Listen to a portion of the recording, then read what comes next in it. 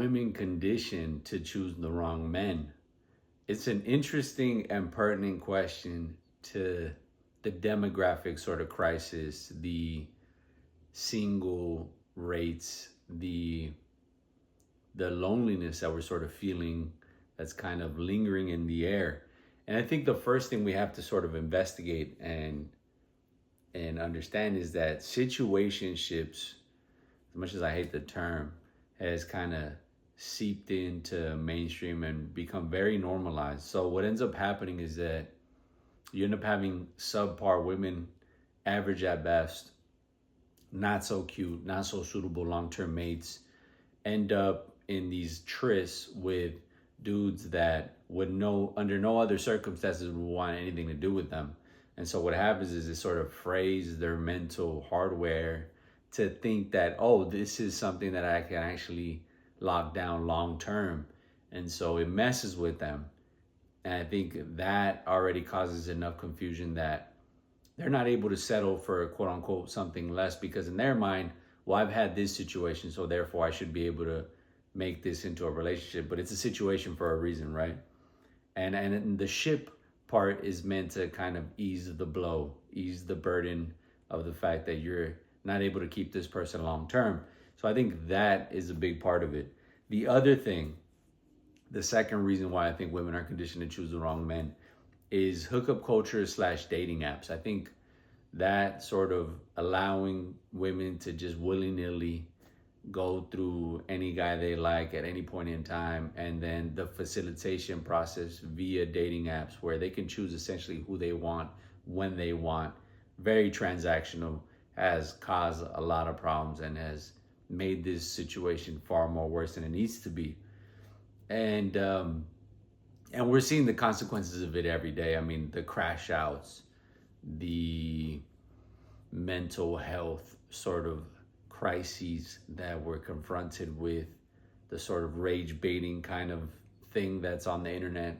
That all stems from what? From a CNS that's just bogged down and just having such a hard time dealing with and grappling with the current conditions. The other thing is, and I think this is women's fault in general, is that they've told each other that none of them are ugly. They're all pretty, they're all cute, and they can get whatever they want.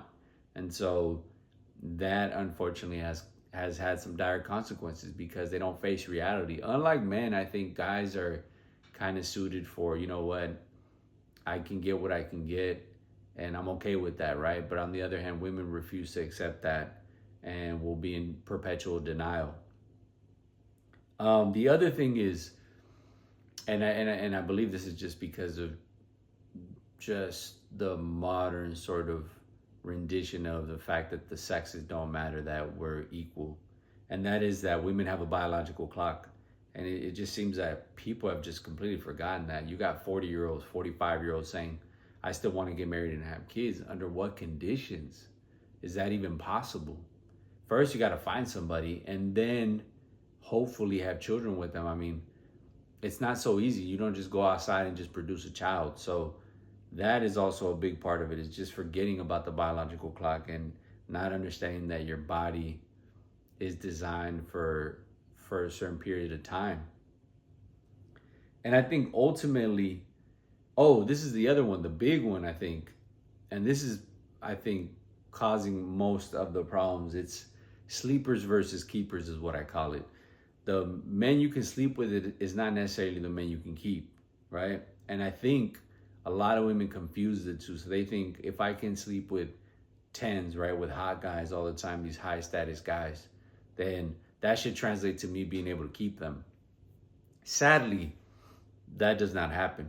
So track record wise, in terms of who you could sleep with, you could probably sleep with whoever you want, but who are you actually keeping? Who's staying around? Who's waking up the next day with you? It's generally not the sleepers. It's the keepers, and the keepers, unfortunately, are the ones they don't want. So there's a mismatch there, and that's the problem, is the mismatch. But I mean, ultimately, these are all causing the sort of gap that we're talking about here, And then women wonder why they're still alone, because they go after the dudes that they shouldn't go after. They always go after the thing that they shouldn't have. And the ones that are available, that are open and willing to mate with them, they're not so interested in. So the reality is, women want the fun guy. They want the interesting guy. They don't want the safe, nice guy. And that's usually what's left over by the end, by the time they're done running amok, is these kind of guys that they're not really so interested in pursuing long term. So something's got to give.